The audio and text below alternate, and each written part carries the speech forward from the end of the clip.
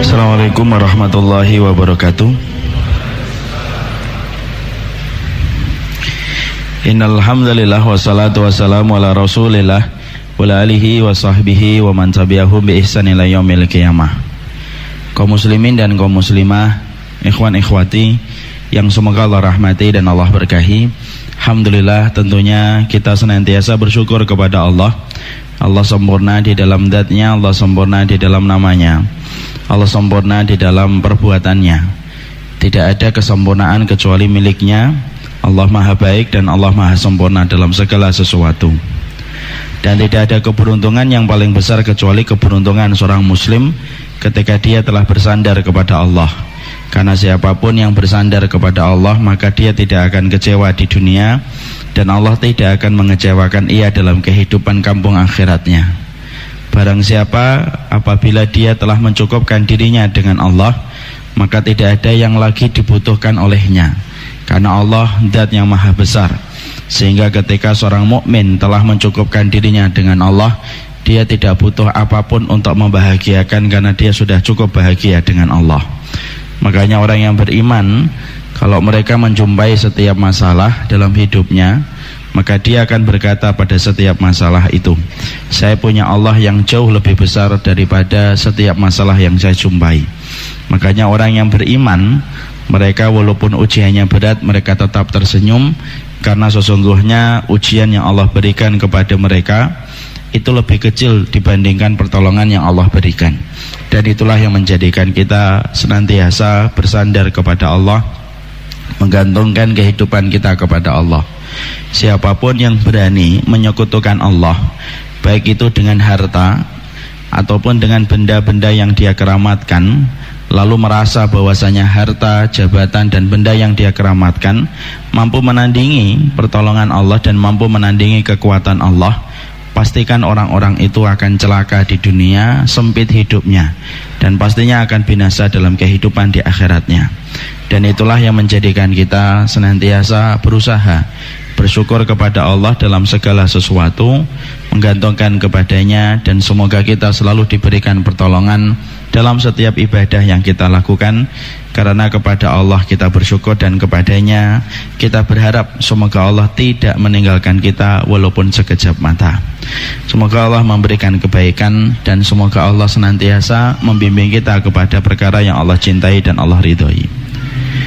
Kita pada kesempatan hari ini akan menyampaikan satu tema. Tema yang akan kita kaji adalah antara ujian, musibah dan azab. Karena kita faham hari-hari ini kita banyak digoyang dengan berbagai macam musibah, banyak ditimpa dengan berbagai macam musibah. Dan kita pengen tahu, apakah ini merupakan ujian ataukah ini merupakan azab? Karena pertanyaan yang sering kita jumpai adalah, Ustadz, apakah ini ujian ataukah azab? Dan tidak sedikit di antara kita yang cepat-cepat komentar. Ketika mendapati kejadian, ada yang cepat berkomentar dan berkata dalam status sosial medianya, ini gara-gara dosa kalian yang besar kepada Allah, lalu Allah kirimkan ini kepada kalian. Ada yang juga buru-buru berkata, ini adalah karena keimanan kalian, makanya Allah menguji kalian supaya bertambah keimanannya. Maka dua ini kan ternyata kalau kita perhatikan kontradiktif. Yang satu mengatakan ujian, yang satu mengatakan azab. Makanya kemudian kita harus paham, jangan sampai kemudian nanti kita buru-buru komentar padahal kita tidak berpikir. Padahal dalam Islam itu berilmu didahulukan sebelum kita berkata dan berbuat. Jangan sampai kita berkata baru setelah itu mikir. Yang benar itu mikir dulu baru berkata dan berbuat. Orang yang paling benar itu orang yang telah menjadikan kitabullah dan sunnah menjadi imam dalam kehidupan mereka. Makanya semoga kita menjadi makmum dari kitabullah dan sunnah. Antum dan saya kalau menjadi makmum dari kitabullah dan sunnah, pastikan hidup antum akan lapang dan kehidupan di akhirat kita pasti bersukacita dalam kebahagiaan. Mari kita bahas tentang tema ini dalam beberapa poin. Dan kita mulai dari poin pertama sampai kemudian nanti kita mendapatkan poin sampai 5 insyaallah kalau waktunya cukup. Poin yang pertama yang ingin kita bahas adalah bahwasanya setiap kejadian yang terjadi dalam kehidupan kita itu selalu tidak pernah lepas dari sebuah ayat dan sebuah pelajaran yang Allah kirimkan dalam kehidupan kita. Karena tidak mungkin Allah itu menetapkan satu peristiwa yang kecil ataupun yang besar kecuali di dalamnya ada pelajaran, dan semua terjadi atas ilmu Allah yang tiada batas. Jatuhnya daun ada hikmah dan tujuan, dan Allah mengetahui jatuhnya daun. Padahal kalau kita pikir berapa juta dan miliar daun yang jatuh dalam 1 menit di atas muka bumi, tapi itu pun tidak jatuh kecuali ada tujuan yang Allah berikan, dan sesungguhnya itu pun terjadi atas ilmu Allah yang tiada batas. Terjadinya pergantian siang dan malam itu pun merupakan bagian dari pelajaran yang besar yang Allah kirimkan kepada kita. Makanya Allah menyampaikan dalam surat Yunus yang ke-6, inna fi ikhtilafil laili wan nahar wa ma khalaqallahu fis samawati wal ard la ayatil liqaumin yattaqun. Makanya Allah berfirman, terjadinya pergantian siang dan malam, lalu kemudian terjadinya penciptaan langit dan bumi, maka di dalamnya itu ada ayat bagi orang yang bertakwa. Kenapa saya ingin menyampaikan tentang poin yang pertama ini? Supaya kita betul-betul mampu membaca setiap ayat dan setiap tanda yang Allah berikan dalam kehidupan kita. Karena banyak hari ini kita menjumpai setiap terjadi musibah-musibah yang semacam ini, kita dipaksa oleh media, diseret itu oleh media untuk mencukupkan diri kita membaca setiap peristiwa itu dengan data dan angka. Lalu media itu menjejali pikiran kita. Setiap kita ngelihat TV, bagi yang masih punya TV, dijejali kita itu kemudian dengan sebuah tulisan, ini terjadi karena gesekan lempeng bumi, dan terjadi karena kita berada di atas cincin bumi. Kalau kemudian kita memahami bahwasanya setiap peristiwa ditutup dengan kata fenomena alam, anak paling tidak suka dengan kata fenomena alam itu, kemudian ditutup dengan data dan angka, selesai, tidak ada pelajaran. Akhirnya apa? Yang terfikir oleh kita berarti kita harus menciptakan teknologi untuk mengalahkan alam. Nah, itu kan gitu. Kayak orang Jepang itu loh, dikirim gempa itu tidak mikir-mikir dia. Yang difikirkan apa? Teknologi apa yang bisa mengalahkan gempa. Makanya dibuat bangunan ramah gempa. Kalau kemudian kita selalu berpikir bahwasanya setiap kejadian kita tidak menangkap ayat dan tanda yang Allah berikan dalam kehidupan kita, lalu kita mencukupkan diri kita dengan gesekan lempeng bumi dan cincin bumi ketika terjadi satu gempa, ya sudah, tidak ada pelajaran, dan orang itu hina. Kenapa saya berani mengatakan orang semacam itu hina? Karena orang yang tidak mampu membaca ayat Allah itu lebih buruk daripada orang yang tidak mampu membaca aksara dan huruf.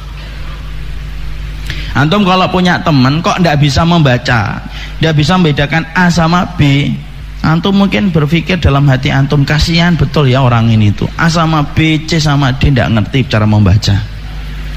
Tapi ternyata kita ini tidak sadar ada orang yang lebih hina daripada orang yang tidak mampu untuk membaca aksara dan huruf, yaitu orang yang tidak mampu membaca setiap ayat yang Allah berikan dalam kehidupan. Padahal Allah itu kalau menciptakan dan memberikan satu kejadian itu tidak pernah lepas dari satu tujuan besar yang Allah ingin berikan dalam kehidupan kita. Allah menciptakan kutu di atas rambut, Allah menciptakan nyamuk, Allah menciptakan lalat, itu tidak lepas dari tujuan. Sama, Allah itu kalau sampai kemudian memberikan satu peristiwa yang besar, sampai kemudian kita mendapati peristiwa yang tidak pernah kita jumpai dulu di waktu kita kecil, kita mendapati bagaimana gesekan lempeng bumi yang mengakibatkan gempa, sampai kemudian tanah tidak punya daya rekat kembali, dan kemudian tanah begitu gemburnya sampai semua bangunan itu ditelan oleh tanah ketika tanah tidak memiliki daya tampung untuk memiliki kekuatan menampung rumah di atasnya. Kok sebesar itu masih tidak bisa membaca ayat yang Allah kirimkan kepada kita? Itu bahaya itu. Dan saya khawatir media kalau kemudian menutup dengan kata fenomena alam, selesai itu, akhirnya tidak ada pelajaran yang kita ambil. Itulah yang membedakan kita dengan orang kafir, ikhwan. Orang kafir itu ketika membaca setiap peristiwa, maka membacanya dengan piranti akal tok dia. Oh, ini gesekan lempeng bumi, gesekan, adanya gempa di laut, kemudian menyebabkan gelombang besar. Kalau terjadi tsunami itu makanya jangan ke pinggir, ke pantai, tapi justru menengah, karena di tengah itu tidak ada gelombang yang besar sebagaimana di pantai. Itu saja. Makanya kemudian akhirnya hilang kebaikannya. Makanya kemudian akhirnya piranti orang kafir itu hanya membaca dengan data dan angka. Kenapa? Karena orang kafir tidak punya iman, piranti iman untuk membaca setiap ayat yang Allah berikan dalam kehidupan kita. Orang mukmin, antum dan saya, kalau kemudian kita mengakui diri kita adalah orang yang beriman, berarti kita punya dua piranti ketika membaca setiap perkara yang Allah berikan dalam kehidupan kita. Dua piranti itu adalah piranti akal dan piranti iman. Piranti akal untuk menambah keimanan kita, tetapi tidak memisahkan dalam proses keimanan kita. Dan ini penting. Makanya jangan sampai kemudian pemikiran kita itu sama dengan pemikiran orang yang tidak mengenal iman kepada Allah. Sama ini kayak pendidikan anak-anak kita di SD dan SMP kan sama kayak gitu. Coba bapak-bapak, ibu nanti buka itu pelajaran SD dan SMP. Anak kita ditanya, "Nang, gempa itu lindu penyebabnya apa? Kamu pelajari apa di kelas itu?" Maka anak kita nanti pasti ngomong lindu atau gempa itu itu penyebabnya karena gesekan lempeng bumi. Pasti gitu. Pernah nggak ada seorang anak SD gitu kalau ditanya sama bapaknya, gempa dan lindu itu penyebabnya apa, nak? Karena dosa-dosa manusia, Bi. Susah. Kalau ada kayak gitu, masya Allah, sini tak kasih hadiah anaknya itu. Antum kan produk sama dengan saya kan, produk SD dan produk SMP dulu kan gitu. Seakan-akan kalau sudah mendapati kata gempa itu ditutup dengan kata gesekan lempeng bumi, sudah selesai di situ. Dia tidak mencari lagi lebih jauh lagi. Apa yang lebih jauh dari itu? Yang lebih jauh dari itu adalah betul itu gesekan lempeng bumi, itu di atas cincin bumi. Tapi yang kita harus pahami adalah, lo yang menggerakkan siapa dan kenapa digerakkan hari ini? Kenapa Allah gerakkan terus menerus? Ada kekuatan besar di balik data dan angka yang tidak dipahami oleh orang kafir dan orang yang berdosa. Tapi sesungguhnya kekuatan yang besar itu hanya bisa dibaca sama orang yang beriman kepada Allah dan Rasul. Lah inilah yang menjadikan kita, ayo kita kemudian memahami bagaimana tentang peristiwa ini kita sikapi sebagaimana sikap seorang mukmin. Orang mukmin itu dengan satu isyarat itu faham. Makanya ada sebuah kaidah, al-labib bil isyarati yafham. Orang pintar itu, Pak, semakin pintar baca satu isyarat itu faham. Jangan sampai dikasih banyak isyarat itu tidak faham-faham. Antum kalau kemudian ngobrol dengan istri atau suami harus paham isyaratnya. Aduh capek gitu, istrinya harus paham, suaminya minta dipijet. Coba kalau ada suami, aduh capek gitu, istrinya masih megang handphone. Aduh pegel, masih megang handphone. Wah enak banget ya kalau ada yang mijet masih megang handphone. Kira-kira antum jadi suami gimana, akhi? Gemes, gregetan gitu, banteng pintu, istrinya baru paham loh kenapa marah gitu, karena dia tidak paham isyarat kita. Sama sebaliknya, istri kemudian sudah memberikan isyarat, aduh makan di rumah kok bosan ya, antum tidak paham kode itu, ya sudah ditambah micin supaya gurih. Ya kan? Kemudian istrinya, sudah banyak kan micin tidak sehat, memang tetap tidak enak kok. Alangkah enaknya kalau kemudian makan di luar ya. Kita masih ini, saya lagi sibuk, tidak paham. Maka antum akan dapati istri antum kemudian mungkin tidak ngajak antum bicara 2 hari. Karena apa? Karena mungkin dia akan sharing sama temannya, masya Allah punya suami tidak paham-paham dengan kode. Itu gitu, akhi.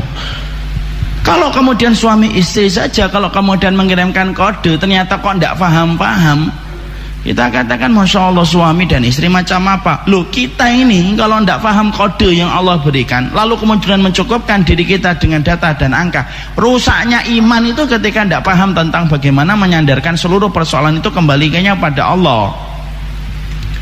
Makanya saya tegasin poin yang pertama, bagi penggemar media-media yang kemudian tidak memiliki pijakan agama yang begitu kuat, pasti kalau setiap ngelihat TV itu selalu yang disuguhi itu data kayak gitu. Dia tambutan. Makanya dimatikan TV-nya. Dan semoga TV kita rusak insya Allah. Karena sesungguhnya hal semacam itu kurang benar. Dan itu yang bisa mempengaruhi cara berpikir kita. Kalau kemudian kita sudah mengimani bahwasanya gempa itu karena gesekan lempeng bumi, ya bar, udah selesai. Yang difikirkan teknologi, tempat yang lainnya, nanti kemudian tidak merasa bahwasanya di tempatnya itu nanti ada gempa. Kenapa? Alhamdulillah saya tinggal di Kalimantan, kan gitu. Ketika ditanya kenapa kamu tinggal di Kalimantan, mengucapkan alhamdulillah karena tempat saya tidak dilewati cincin bumi dan tidak ada lempengan buminya. Loh, merasa dia aman dari azabnya Allah. Padahal merasa aman dari azabnya Allah itu tidak ada yang bisa melakukan itu kecuali orang yang merugi. Oh, dimanapun Allah mampu kok kirimkan kok. Makanya lihat Jepang, orang yang banyak muji-muji Jepang itu loh. Jangan terlalu banyak muji Jepang. Ya memang Jepang itu orangnya disiplin, orangnya kalau kemudian kita lewat dia hormat, kalau buang sampah dipastikan betul. Tapi ada sesuatu yang lebih parah yang dilakukan orang Jepang. Orang Jepang tidak mengenal Allah, dan semoga Allah memberikan hidayah untuk mereka. Makanya kejadian gempa itu tidak menjadikan mereka mengintrospeksi apakah kesalahan mereka, tapi justru yang mereka lakukan itu apa? Membuat teknologi, membuat bangunan yang ramah gempa. Kenapa? Dalam tanda kutip mereka ingin berdamai dengan gempa. Oh, tidak bisa. Oh, ngelawan ke Allah, tidak menang itu dunia akhirat. Makanya itulah yang kemudian kita pahami yang pertama. Yang kedua yang kita pahami sebelum kita kemudian persoalan ujian, musibah dan adab. Yang kedua yang harus kita pahami adalah sesungguhnya setiap perkara yang terjadi tidak pernah keluar dari rahmatnya Allah. Dan tidak ada kezaliman dalam setiap peristiwa yang Allah berikan dalam kehidupan kita. Artinya gini, nanti bisa jadi Pak, Ibu, beberapa hari kita akan melihat itu. Kita akan melihat berbagai macam tayangan video dan berbagai macam foto yang mana ketika kita mendapatinya dan melihatnya itu menyayat hati.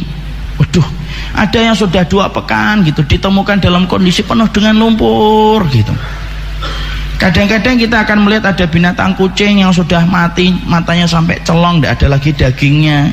Itu peristiwa-peristiwa itu yang terekam dalam foto dan video, maka pastikan bahwasanya itu tidak pernah keluar dari sifat rahmatnya Allah dalam kehidupan seorang mukmin. Kenapa kita harus memiliki modal memahami poin yang kedua ini? Karena saya khawatir kalau saya nggak menjelaskan ini, saya dan bapak dan ibu nanti secara refleks akan berkata, kok kejam banget ya kelihatannya. Dan ini sudah sering terjadi. Orang-orang liberal itu mengeluarkan tulisannya gini, kalau memang dosa itu mengundang adab, berarti Allah itu dendam dan Allah itu pemarah. Coba tulisan orang liberal itu kayak gitu. Coba, sudah ada musibah lu masih bisa mengatakan kayak gitu. Lu kalau memang setiap dosa itu mengundang adab, berarti Allah pemarah dan Allah pendendam. Wallahi Allah, saya tuh ketika ini sesek dada saya baca. Makanya kemudian kita harus paham, apapun kejadian yang di atas muka bumi ini tidak pernah keluar dari sifat rahmatnya Allah dan tidak pernah keluar dari sifat adilnya Allah. Sehingga kemudian apapun nanti yang kita temukan, peristiwa yang menyedihkan, semua peristiwa itu menyayat hati dan mengiris hati. Bahkan sampai kita kadang-kadang tidak tega melihatnya karena saking begitu memilukan peristiwa-peristiwa itu yang terekam dalam foto dan video. Itu tidak keluar dari sifatnya rahmat Allah. Dan jangan pernah berprasangka buruk sama Allah. Wong berprasangka buruk sama manusia aja dosa, apalagi kok berprasangka buruk sama Allah. Allah itu zat yang tidak mau kemudian hambanya itu berprasangka buruk kepadanya. Makanya dosa besar berprasangka buruk sama Allah itu. Makanya setiap peristiwa itu tidak pernah keluar dari rahmatnya Allah. Kita saja yang terkadang memahami sesuatu dengan cara pandang kita yang sempit dan ilmu kita yang terbatas. Beda dengan ilmu yang Allah miliki yang tiada batas. Karena Allah itu rahmat. Dan jangan pernah meragukan bagaimana sifat rahmat Allah yang begitu besar. Saya ambilkan analogi. Seorang ibu itu sifat kasih sayang dia kepada anak itu begitu besar. Sepakat atau tidak sepakat bapak-bapak? Sepakat. Yang jomblo pasti nggak bisa jawab karena tidak punya istri. Maka kita sepakat bahwasanya seorang ibu itu rahmatnya besar dia kepada anaknya itu. Dia rela tidak tidur supaya anaknya tidur, rela gendong anaknya yang demam semalaman, itu rela supaya anaknya tenang gitu. Kalau bapaknya insya Allah tidur itu bapak. Bahkan seorang ibu itu, kalau contoh yang paling jelas itu, kalau tiba-tiba di kantongnya itu cuma 15.000, kemudian anaknya minta ayam lamongan bu gitu, ya dibelikan itu ayam lamongan, padahal saat itu ibunya juga pengen makan ayam. Ayamnya kira-kira dimakan sama ibunya atau dikasih ke anaknya? Kasih ke anak. Bapak-bapak nggak ada yang jawab. Anak ibunya rela makan apa? Sambal sama timun supaya anaknya makan ayam. Anaknya nanya, bu kok nggak makan ayam? Ndak, itu ibu lagi ndak pengen makan ayam. Walaupun setiap lihat anaknya makan ayam itu netes dia. Tapi dia rela makan timun supaya anaknya makan ayam. Itu ibu rahmatnya gede sama anak. Kenapa contohnya ibu Ustaz? Ya kalau bapak-bapak ndak gitu. Ayamnya satu ngomong separuh-separuh ya. Itu ayah. Kita sama Pak, insya Allah. Itu ayah, karena memang Allah memberikan rahmat kepada istrinya bapak, anak ibunya dari anak-anak, itu rahmatnya memang gede Pak. Makanya kemudian di situ kita menjumpai, kalau ibu saja rahmatnya begitu sempurna bagi anak, lo apalagi Allah gitu loh, yang menciptakan seluruh ibu di atas muka bumi ini semenjak Hawa sampai kemudian nanti wanita yang terakhir ketika melihat kiamat. Mungkin nggak ada makhluknya yang rahmat kemudian dat yang menciptakan makhluk itu ndak rahmat. Ya ndak mungkin. Kalau kita menuduh Allah itu dolim ini, lo terus yang ndak dolim siapa? Pak Demu, Bude. Lo kalau Allah sudah kita katakan itu, oh ini kok kelihatannya kok sangat kasihan banget gitu lah. Kok Allah tega ya, kok gitu ya. Loh, kalau kita mengatakan gitu, berarti kemudian terus siapa yang kemudian rahmat dalam kehidupan kita kalau bukan Allah? Makanya Allah mengatakan innallaha laisa bidzalamin lil abid. Allah itu tidak pernah zalim kok sama manusia kok. Kok kita tiba-tiba ngomong Allah zalim itu? Terus datang dari perkara mana kita bisa mengatakan Allah zalim? Makanya nanti setiap peristiwa, setiap video yang terekam, setiap foto yang kita dapatkan, maka itu tidak pernah keluar dari sifat rahmatnya Allah, walaupun itu mengiris hati. Kenapa? Cara pandang kita terhadap masalah itu terbatas, beda dengan cara pandangnya Allah. Kita ambilkan analogi yang gampang Pak. Kalau ada orang tiba-tiba kakinya terluka, infeksi. Lah infeksi itu karena dia tidak langsung berobat, akhirnya menumpuk-numpuk dan akhirnya infeksi itu membusuk Pak. Akhirnya apa? Infeksi itu merambat kemana-mana. Dokter berkata kepada pasien, Pak, ini setelah kita cek Pak, ini harus diamputasi Pak, karena infeksinya sudah parah. Coba lihat bagaimana memandang amputasi antara dua manusia, antara pasien dengan dokter. Pasien kalau melihat amputasi menyedihkan atau tidak? Menyedihkan. Yang asalnya punya dua kaki harus dipotong satu kaki kok. Yang asalnya bisa main bola, akhirnya dia bisa main bola. Yang biasanya kemudian bisa kemana-mana dengan dua kaki harus dipotong. Kira-kira pasien akan ngomong gimana? Dok, jangan dipotong kakinya dok, saya ini pemain bola ya, kalau saya dipotong kakinya siapa yang ngegulin? Karena tim saya itu yang ngegulin cuma saya doang. Contoh, dia akan berusaha mengatakan kepada dokternya, jangan dipotong dok. Itu menurut versi pasien. Menurut versi dokter, lo amputasi itu jalan yang terbaik. Kenapa? Lo kalau bapak tidak diamputasi, itu infeksi merambat ke atas. Kalau sudah merambat ke atas, infeksi sampai ke lambung, sampai ke jantung, itu lebih parah dan bisa mengakibatkan kematian. Coba lihat, cara pandang dokter dengan pasien beda atau tidak beda? Beda. Pasien itu melihat amputasi itu sesuatu yang menyedihkan dan buruk, dokter itu justru memandang amputasi itu sesuatu yang baik. Loh, antara dokter dengan pasien aja cara pandangnya beda. Kita dengan Allah itu kadang-kadang kita mikir, ya Allah, sampai saya pernah nemukan tuh kucing Pak di Palu itu sampai hitam, dagingnya sudah tidak ada, matanya colong, artinya kedua belah matanya sudah tidak ada.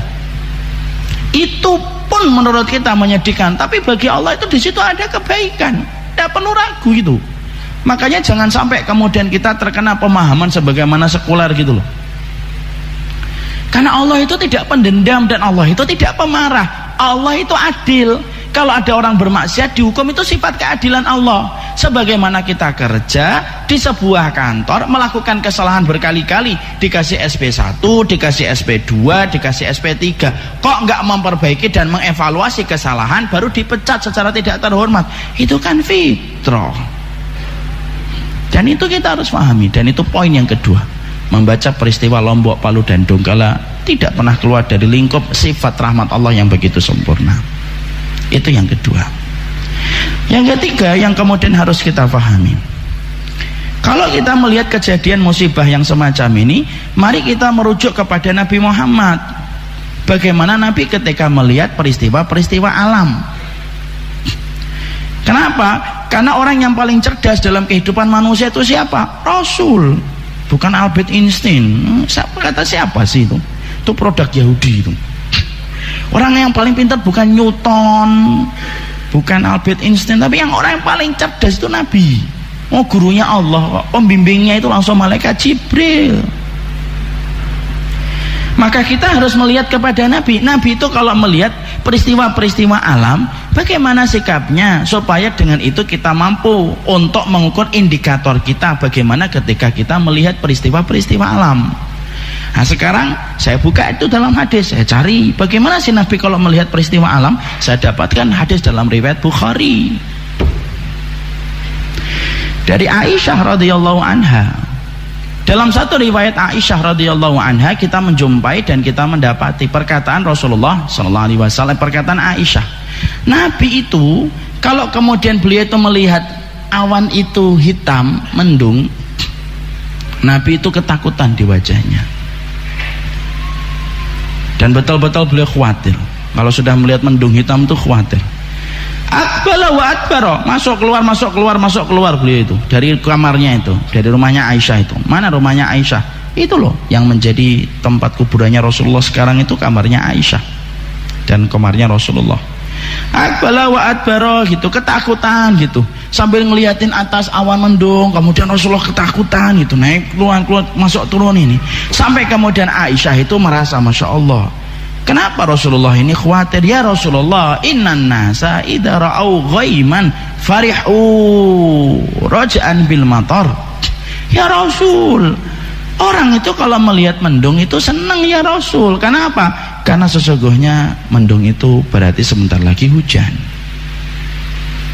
Tapi kenapa engkau ketika melihat mendung itu dalam kondisi ketakutan ya Rasulullah? Kenapa engkau takut ya Rasul? Maka kemudian Rasulullah kemudian berkata kepada istrinya, la ya binti Siddiq, ndak gitu wahai putrinya Abu Bakar As-Siddiq, ndak gitu. Apakah setiap mendung itu berarti hujan? Kemudian Rasulullah membacakan ayat di dalam surat Al-Ahqaf. Falamma ra'ahu 'aridun mustaqbila awdiyatihim qalu hadza 'aridun mumtirna bal huwa masta'jaltum bih rihun fiha 'adzabun alim tudammiru kulla syai'in bi amri rabbiha fasbahu la yura ila masakinuhum kadzalika najzil qaumal mujrimin. Kemudian Rasulullah SAW itu kemudian membacakan surat Al-Ahqaf ayat 24-25. Apa yang dibacakan oleh Rasulullah? Artinya ketika kaum Ad, yaitu kaumnya Hud, mereka itu menantang Hud itu ketika mereka berkata segerakan itu adab. Maka ketika kaum Ad itu melihat mendung hitam itu yang ada mengiringi di langit itu, kaum Ad itu ngomong, hadza aridum mumtirna. Wah, udah hitam mendungnya, entar lagi hujan. Kalau kita membuka dalam tafsirnya, orang-orang atau membuka baju sebagian itu, mereka akan menyambut hujan. Hadza aridum mumtirna. Allah berfirman, bal huwa mastajaltum bih rihun fi adzabun alim. Padahal itu bukan mendung hujan, itu azab yang Allah akan kirim, yang aku kirimkan kepada kalian, yang kalian meminta untuk disegerakan azab itu ketika kalian menantang Hud, sebuah angin yang memporak-porandakan seluruh bangsa. Kemudian Hud itu seluruh bangsa Ad itu, lalu kemudian merusak semua kehidupan mereka dan mati, dan Allah tidak sisakan illa masakinuhum, yang Allah sisakan itu sisa-sisa bangunan atapnya.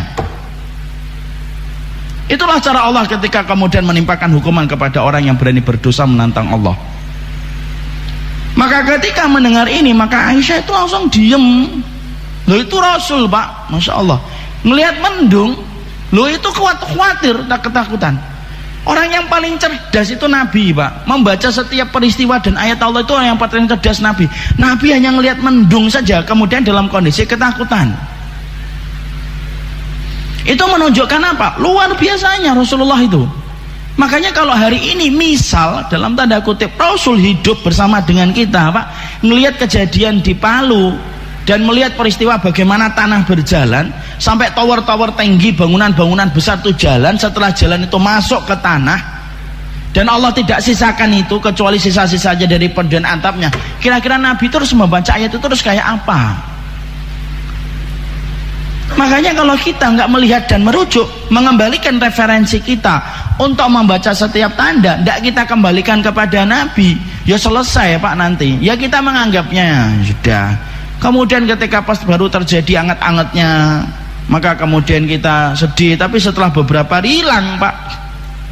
Dan itulah yang menjadikan kita akhirnya paham kenapa kita tidak pernah mendapatkan pelajaran dari Nabi. Bagaimana Nabi ketika membaca peristiwa-peristiwa alam yang terjadi itu, karena di situ kita akhirnya paham, di situ kita ngerti kita ini terlalu sekuler hidupnya. Dan salah satu indikator sekulernya kita dalam hidup itu apa? Membaca setiap ayat tidak dikembalikan kepada Nabi ketika membaca setiap tanda. Nah, itu sekulernya kita tuh kayak gitu. Dan itu yang berbahaya kalau kemudian kita kayak gitu. Makanya pendidikan sekuler ini, Masya Allah, moga-moga dengan dakwah nanti orang itu akan terkikis dengan pendidikan sekuler ini. Kita ini dapetin rahmat dari Allah, dapetin nikmat dari Allah. Lu kok malah memisahkan agama dalam kehidupan dan kita menjadi sekuler tanpa kita sadari? Itu ayat Allah itu dikirimkan contohnya Nabi, Pak. Coba, Pak, Nabi ngeliat mendung ketakutan, Pak. Dan itu wallah susah, Pak. Ngikutin sunnah itu tidak gampang. Ngeliat mendung aja takut Rasulullah itu. Padahal kita menanamkan takut melihat mendung itu susah, Pak. Kita kan rata-rata kalau lihat mendung itu kemudian seneng, tapi itulah yang terjadi. Makanya kemudian itu yang menjadikan kita, berarti kita harus membaca setiap peristiwa itu sebagaimana peristiwa yang kemudian dilihat oleh Rasul, supaya kita punya rasa takut. Baru ngelihat mendung sudah takut, apalagi ngelihat sesuatu yang kemudian terjadi. Makanya kita nanti membaca setiap peristiwa itu harus punya ketakutan. Apa bedanya takut kita kepada Allah dengan takut kita kepada manusia? Ya beda. Takutnya kita kepada manusia menjadikan kita jauh dari manusia itu, takutnya kita kepada Allah menjadikan kita semakin dekat kepada Allah. Orang yang takut sama Allah pasti tobat. Orang yang takut sama Allah pasti tahajud. Orang yang takut sama Allah pasti kemudian menutup aurat. Orang yang takut sama Allah tidak mungkin homo.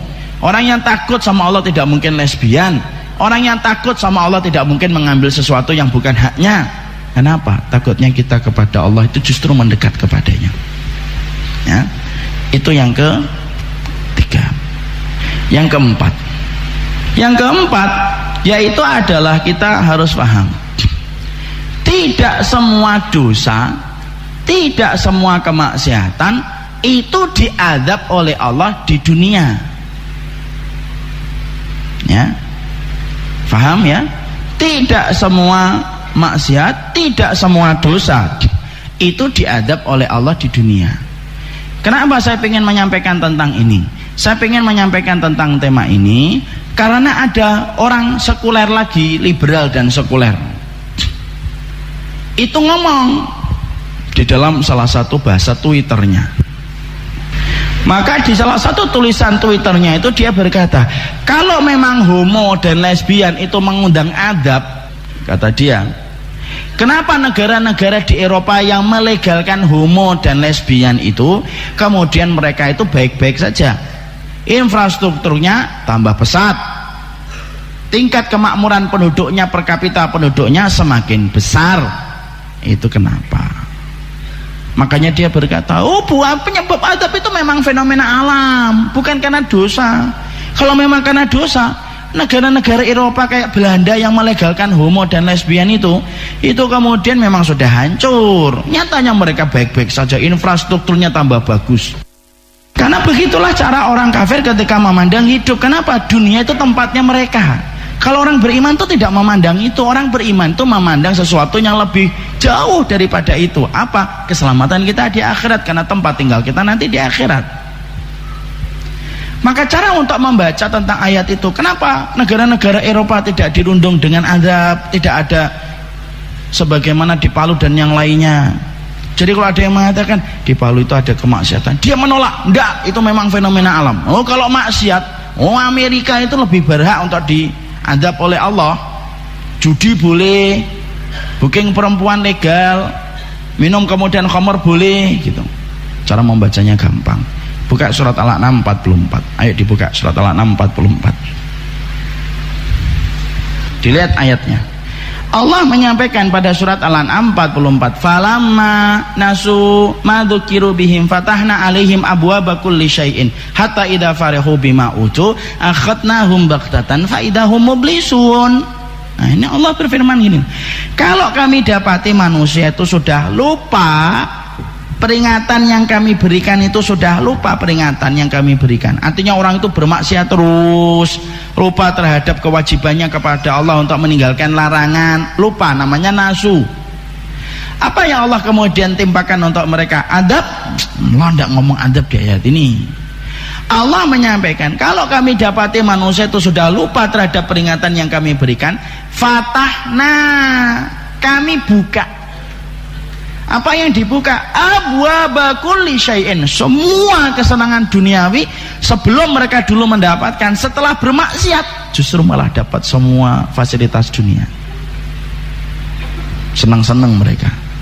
Sampai ketika mereka mendapatkan kenikmatan duniawi yang dibuka jor-joran itu sama Allah, mereka tambah lupa dan amnesia terhadap dosa dan kemaksiatan yang mereka lakukan.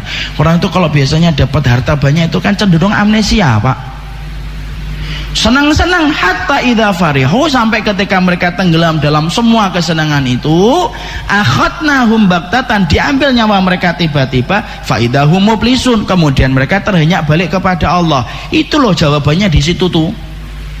Kenapa kemudian tidak semua dosa itu langsung diadab di dunia? Kenapa? Ada adab, Pak, yang ditakhir oleh Allah, tidak dikasih di dunia tapi dikasihnya di akhirat, tapi itu 2 kali lipat. Adab di akhirat kok dilawan. Adab di dunia aja seperti itu kok. Padahal adab di dunia itu tidak pernah menyamai adab akhirat, Pak. Makanya kalau ada satu bangsa, satu komunitas, satu kampung melakukan maksiat, kok justru tidak mendapatkan peringatan dan musibah, tapi justru semakin bagus itu infrastrukturnya, tingkat per kapita penduduknya semakin tinggi, itu malah berbahaya, Pak. Kenapa? Dia akan semakin lupa dan semakin lupa terhadap dosa dan kemaksiatan yang telah dia lakukan. Coba, Pak, itu jawaban, Pak, dari pertanyaan kita. Kenapa ya Ustadz ada tukang bakso yang datang ke dukun, pulang dari dukun rame baksonya, padahal ada teman saya tidak pernah datang ke dukun jualan bakso, tidak laku-laku. Itu jawabannya bukan karena Allah ridho sama yang datang ke dukun, itu justru karena Allah itu mendapati orang ini sudah lupa. Akhirnya apa? Dibuka pintu kesenangannya. Akhirnya apa? Semakin lupa, Pak, dan tidak tahu bahwasanya datang ke dukun itu syirik. Syirik. Saya tuh alhamdulillah barokah kok hidupnya sekarang. Mobil saya 3, motor 6. Itu rumah atau Gojek, Pak. Maka kemudian dia menyangka dengan harta yang banyak itu kemudian menjadi tanda barokah hidupnya, padahal salah. Itulah kemudian jawaban dari pertanyaan kita. Saya punya teman tidak pernah sholat, Ustaz, minum terus, sudah punya istri tapi zina tiap malam, tapi kaya raya itu. Jangan ditiru, kalau gitu, kalau pengen kaya itu tidak usah sholat ya Ustaz. Enggak gitu. Tapi itu yang kita baca di dalam surat Al-An'am 44, disitulah kita paham. Itu karena Allah itu justru apa? Mentakhir adab untuk mereka supaya mereka mendapatkan adab 2 kali lipat di akhirat, dan itu jauh lebih berat, Pak. Orang kalau kemudian melakukan maksiat, kok kemudian dia tidak apa-apa, itu jauh lebih bahaya. Contoh nih, kita ambilkan contoh. Kita punya teman, Pak, 2 orang, Pak, Yang satu dua-duanya pernah minum khamr, alkohol. Kalau bahasa sini apa? Ciu. Kalau bahasa saya congyang. Dia minum itu, kemudian ada yang minum. Ini contoh minum teh. Insyaallah enak tehnya. Maka kemudian ada teman kita minum itu, baru 2 teguk saja muntah-muntah dia 3 ember. Padahal minumnya 2 teguk, muntah-muntahnya 3 ember. Ada teman kita yang kedua, ndak usah nanti ngomong itu saya Ustaz, ndak usah gitu, udah. Ada teman kita yang kedua itu kalau kemudian dia minum khamr sampai 10 botol ndak mabuk dan tidak muntah. Kira-kira yang bahaya yang pertama atau yang kedua, Pak? Yang kedua. Kalau yang pertama habis mabuk muntah 3 ember, malam berikutnya kita ajak, yuk ngombe lagi yuk. Musyora dia lagi seteguk 2 teguk muntah 3 ember. Ngeluh rong dino, ora kerja petang dino. Dia mikir-mikir, Pak, nggak mau lagi dia minum khamr. Kenapa? Dia kemudian langsung muntah, Pak. Yang bahaya itu yang kedua, minum nggak mabuk, tiap malam mabuk di akhirnya. Kalau ditanya, "Wenti kok mabuk aja tiap malam?" Iya, alhamdulillah saya nggak pernah muntah-muntah. Loh, Pak, masih bisa ngomong alhamdulillah. Bahaya atau nggak bahaya? Bahaya itu yang kedua kayak gini loh. Makanya kalau ada orang makan riba, saya makan riba enggak apa-apa, Ustaz, istri saya baik-baik aja, anak-anak saya juga baik-baik aja. Itu yang malah bahaya itu kalau kayak gitu. Kenapa? Karena Allah kemudian memang membukakan gitu. Dan itulah jawaban dari orang liberal tadi itu loh. Orang yang enggak punya iman itu ngomong, mana itu kemudian yang menyebabkan adab itu bukan homo dan lesbian. Itu memang fenomena alam. Nah, itu kan gitu tuh kan. Ini harus kemudian kita harus sampaikan ini supaya disinilah kita ngerti. Oh, berarti kita di situ mendapati tidak semua perkara kemaksiatan itu diadab. Jadi kalau nanti antum melihat ada orang kok melakukan dosa, kok tidak mendapatkan hukuman, itu tidak menjadikan dosanya itu halal. Saya punya teman, Ustaz, bahwasanya katanya zina itu nanti mendatangkan mandorot. Itu teman saya tiap malam zina, enggak apa-apa itu. HIV juga enggak kena, sehat aja. Bahkan kalau lari lebih kenceng dia daripada saya. Jangan-jangan zina boleh, Ustaz. Nah, itu kan rusak, Pak. Istidlal cara berpikir semacam itu tuh rusak. Kita lupa dengan surat Al-An'am 44. Jadi nanti kalau ada teman bapak ngomong, kemudian cerita dia, menurut saya itu dosa itu tidak ada hubungannya dengan adab, karena banyak orang yang melakukan dosa baik-baik aja. Ruqyah, Pak, orang itu, Pak, dengan surat Al-An'am 44 tadi. Sini, Mas, saya bacakan surat Al-An'am 44. Emang bisa baca Quran? Ya tidak bisa, artinya aja. Maka itu yang kita harus mengerti. Itu nomor berapa? Nomor 4. Nomor kemudian 5. Di sini kita bahas, kalau gitu Ustaz, antara adab, antara ujian, musibah dan adab, terus bedanya apa? Terus bagaimana kita korelasikan dengan kejadian di Palu, Lombok dan Donggala? Nah, gini, sebelum kita membahas perbedaan, kita bahas dulu persamaannya. Persamaannya itu, Pak, antara adab, antara ujian dan musibah bagi mereka yang masih disisakan hidup. Bagi mereka yang disisakan hidup, itu merupakan titik balik yang Allah berikan kesempatan kepada mereka supaya balik kepada Allah. Ada orang dapat ujian, musibah atau adab, sebenarnya kalau dia masih hidup itu intinya sama, supaya dia balik kepada Allah. Makanya kalau orang sudah dikirimkan adab, ujian dan musibah kok nggak balik sama Allah, nah itu betul-betul orang munafik. Orang munafik itu, kata Allah, diberikan ujian dalam setahun 2 kali, itu pun tidak mereka baca bahwasanya itu peringatan atas dosa mereka. Ya, contohnya gampang, Pak, analoginya, Pak. Kita ini mendapati nih, ada orang yang menggali sumur. Kita dapati gali sumur dia. Kemudian kita dari atas, kita ngelemparin itu kemudian uang. Kalau kita lempar uang dari atas 100.000, jatuh ke kakinya. Yang dilakukan penggali sumur apa ketika melihat 100.000 di jempol kakinya? Diambil atau ketakutan, Pak? Diambil 100.000, wah lumayan. Lempar lagi Pak, 100.000 Pak. Diambil lagi Pak. Nah Bapak yang ketiga jangan lempar uang, ambil kerikil Pak yang agak gede gitu, incer itu batok kepalanya, diincer itu batok kepalanya, dilemparkan itu, nggak usah pakai tenaga dalam, setengah dalam aja, mak klotak sampai sini Pak. Kira-kira dia akan ngelihat kerikilnya dan ngambil kerikil atau ngelihat ke atas Pak? Mungkin nggak dia ngambil, oh kerikil, nggak ada. Dia akan ngelihat ke atas dia, siapa yang ngelemparin saya?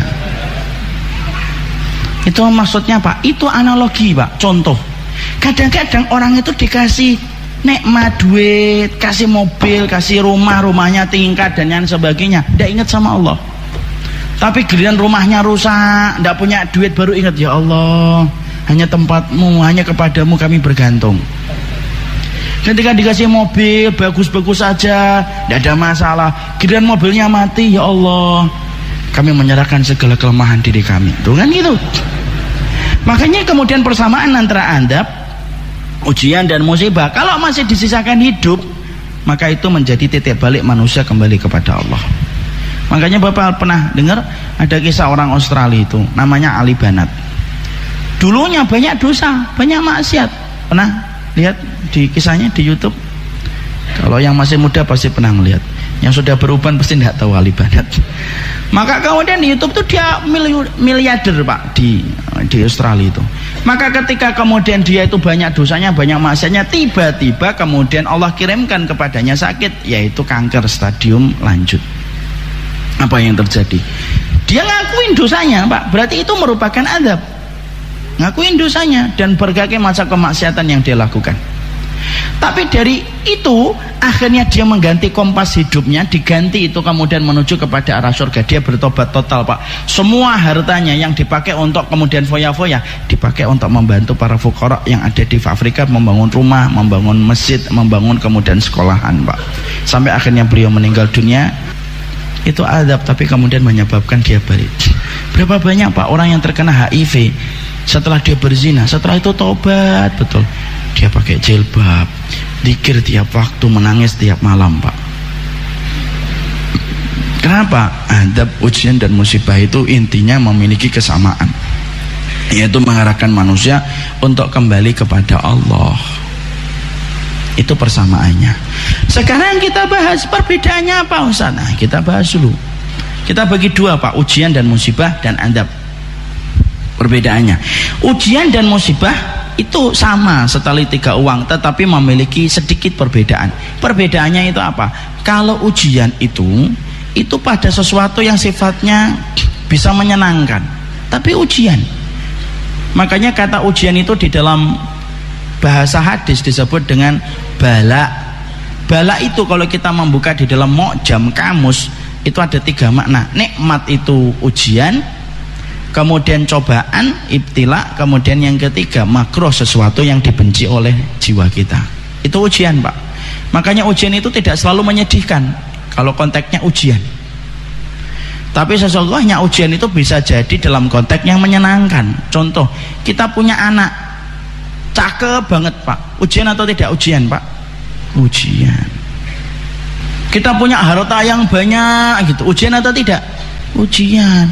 Kita punya rumah gede, kita mengatakan ini ujian. Tidak kan kita mengatakan ini musibah? Tidak, ini ujian. Kita punya istri cakep banget, itu ujian atau musibah? Ujian. Ini kan ujian itu. Jangan ngomong kamu itu musibah bagi saya. Oh bapak nggak dimasakin tuh 4 hari. Karena kemudian namanya ujian itu sesuatu yang bisa jadi menyenangkan. Itu ujian Pak. Beda dengan musibah.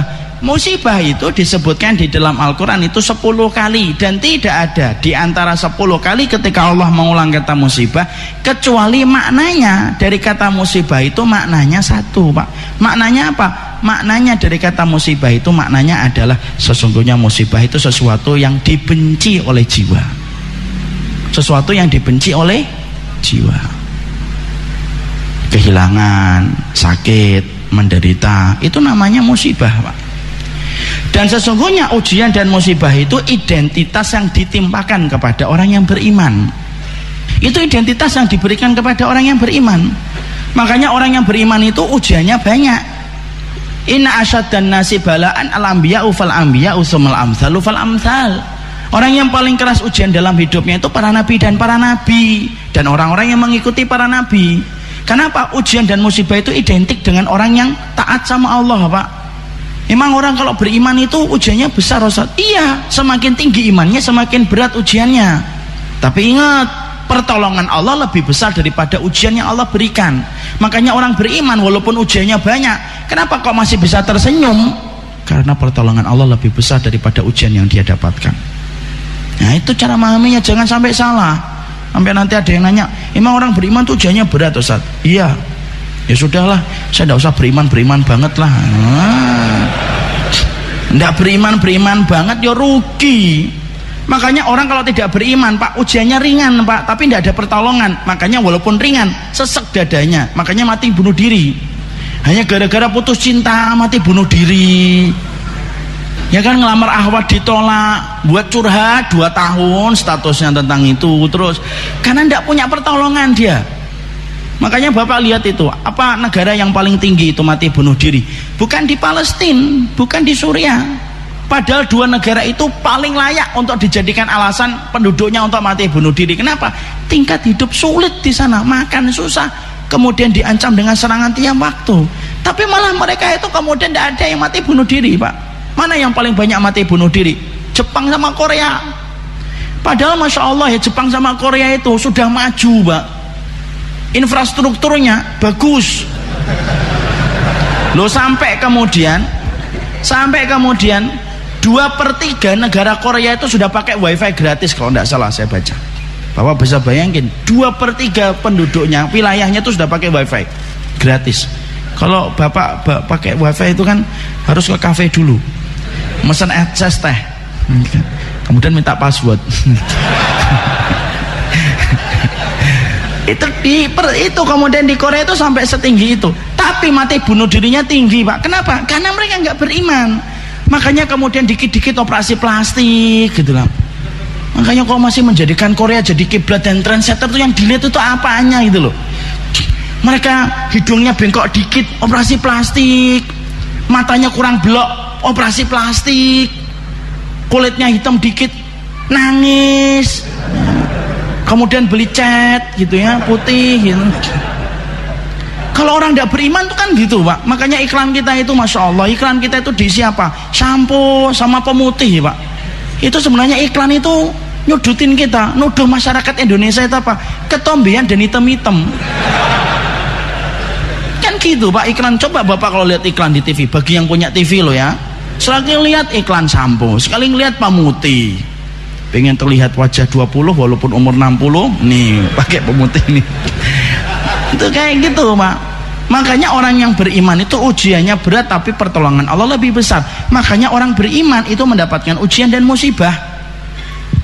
Ya, kenapa orang beriman itu ujiannya berat, Ustadz? Loh, Allah itu menjadikan orang yang beriman itu ujiannya berat supaya orang beriman itu tidak terkena penyakit wahan. Apa itu wahan? Hubbud dunia wa karahiyatul maut, cinta dunia dan takut mati.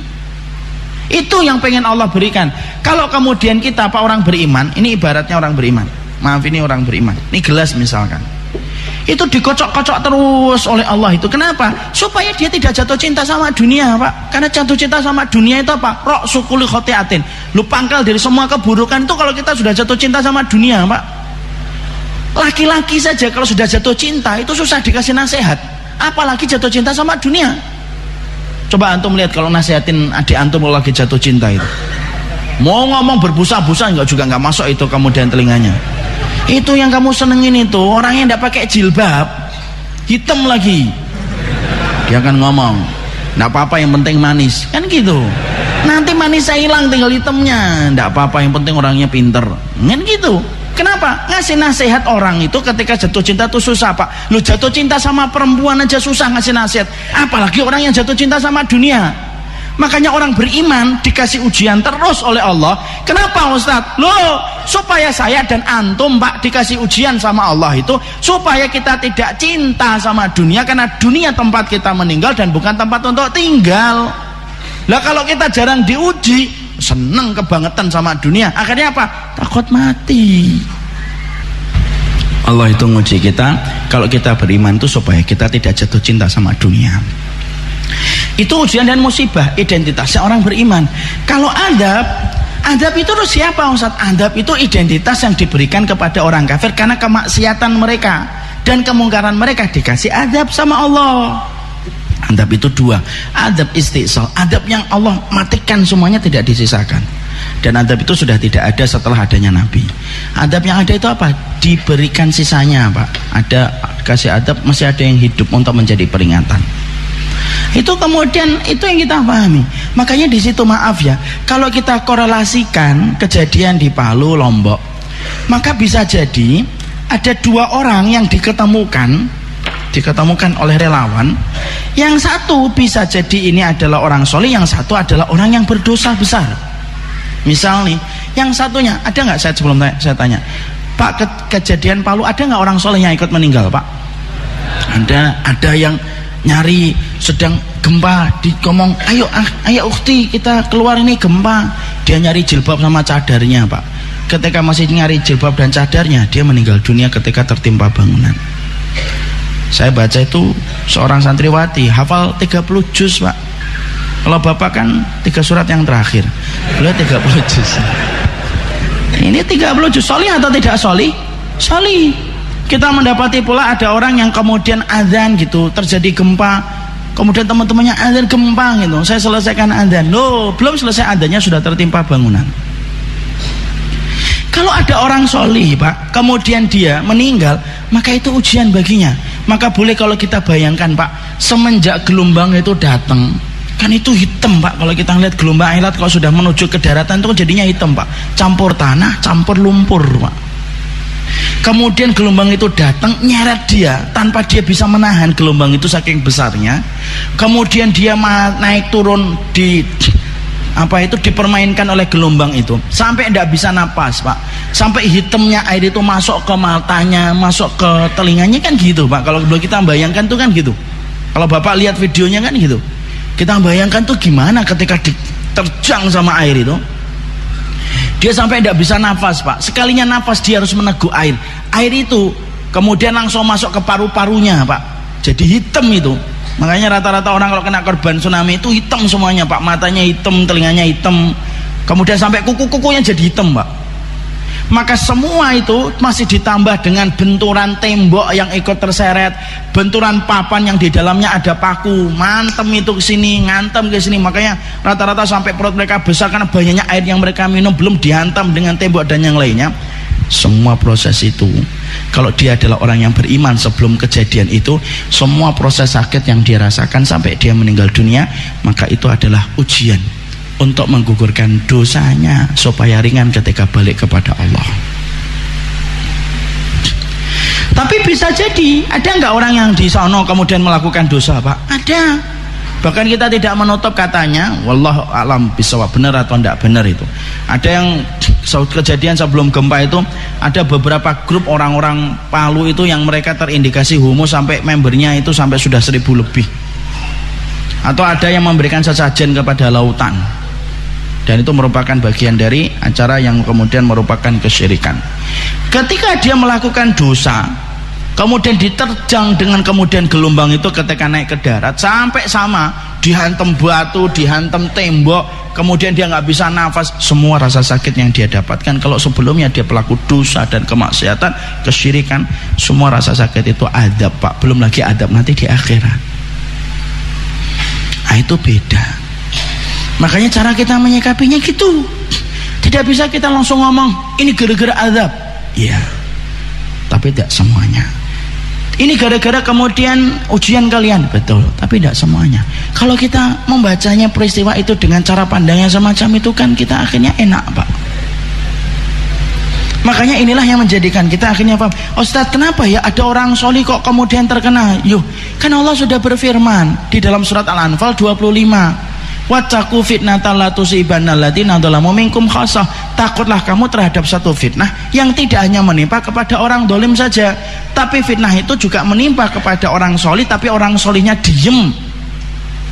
Orang solihnya diem ketika kemudian dia itu melihat kemungkaran. Yang namanya gelombang itu kan tidak bisa Pak milih-milih orang Pak. Jalan sud kamu, terus ke kanan, terus ke kiri, terus ke kanan lagi. Oh di sana tidak ada orang, di sana ada orang solih. Oh ke kanan dulu dia muter. Tidak bisa Pak, langsung brek semuanya. Makanya kemudian pernah ditanya kepada Aisyah radhiyallahu anha. Aisyah itu ditanya apa penyebab adab itu? Kenapa Allah kirimkan zilzal, gempa? Maka dijawab sama kemudian Aisyah, idastabahu zina wa syaribul khumur wa darabu bil ma'azif gharallahu fi samaihi faqala lil ard ya ard zalzali tazalzali fa in tabu wa naza'u wa illa uhtimuha alaihim. Makanya kemudian dalam satu riwayat disampaikan Allah itu kalau sudah melihat manusia melakukan tiga. Satu, menghalalkan zina. Zina aja sudah menyebabkan gempa Pak, apalagi humreng ya. Orang kalau sudah menghalalkan zina. Sekarang kalau zina itu kan, coba lihat Bapak perilaku zina sekarang. Zina itu tidak dilakukan di depan pintu Pak, di belakang pintu, di depan pintu kan. Orang itu kalau pacaran itu lebih romantis daripada yang sudah nikah. Kalau pegangan itu kenceng banget itu. Padahal suami istri kalau naik motor biasa aja, apalagi kalau lagi bertengkar dikasih helm sama kemudian tas. Karena kemudian apa, zina itu sudah merebak di mana-mana. Kemudian orang sudah minum khamr, kemudian mereka sudah tenggelam dengan permainan musik. Maka kemudian akhirnya apa?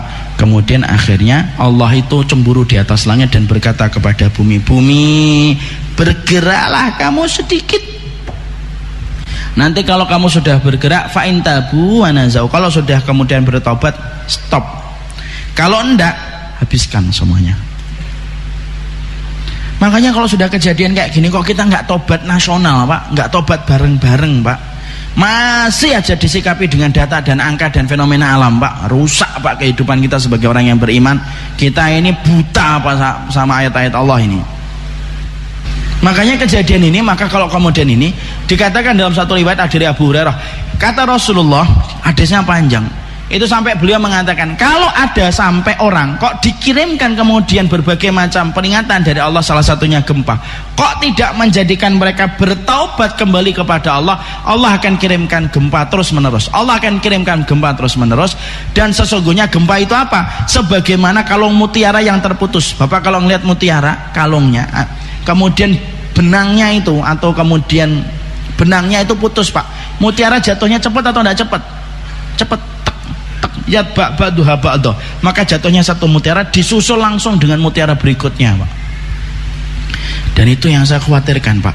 Makanya saat ketika kita masih bantu Lombok, kita masih mengkoordinir untuk kita membantu Lombok, kita kirim berapa ke sana, kita masih bantu yang bisa kita lakukan di sana. Kok tiba-tiba Palu kayak gitu, saya tuh langsung Masya Allah, kenapa ya?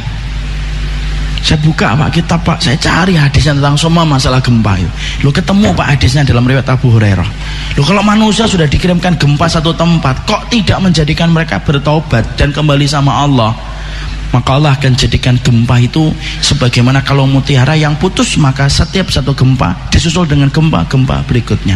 Lu Palu dan Donggala belum selesai Pak, tiba-tiba kita mendapati Situ Bondo kemarin gempa kan, sampai kemudian dirasakan di beberapa daerah. Kenapa kayak gitu ya Ustaz? Karena Allah itu berkehendak atas segala sesuatu, dan jangan pernah merasa aman dari makarnya Allah kalau kita sudah berbuat dosa. Nah itulah yang menjadikan kita akhirnya paham. Moga-moga kita memperbanyak tobat, istighfar kita kepada Allah. Semoga kita menjadi manusia yang cepat membaca ayat-ayat Allah. Kita bertobat, minta kepada Allah. Karena kejadian ini Pak, terus terang Pak, demi Allah saya itu khawatir Pak. Habis kejadian di Lombok itu, Palu itu, saya tuh setiap mau keluar tuh khawatir gitu. Yang saya khawatirkan itu saya ketika dakwah itu gimana keluarga saya, istri saya, bapak saya. kalau tiba-tiba ada gempa. Kenapa? Orang yang selalu was-was dengan adab Allah itu merupakan salah satu di antara hal untuk menunjukkan keimanan kita kepada Allah. Semoga Allah memberikan kebaikan atas apa yang kita pelajari, dan semoga Allah memberikan keberkahan insyaallah. Disinilah 5 perkara yang kita sampaikan. Semoga Allah memberikan petunjuk dalam kehidupan kita. Semoga kita menjadi bangsa yang pandai membaca setiap ayat yang Allah berikan dalam kehidupan kita. Ini yang dapat saya sampaikan dalam pertemuan kali ini. Semoga Allah memberkahi kita. Ini yang dapat saya sampaikan. Subhanakallahumma wa bihamdika asyhadu an la ilaha illa anta astaghfiruka wa atubu ilaika. Assalamualaikum warahmatullahi wabarakatuh.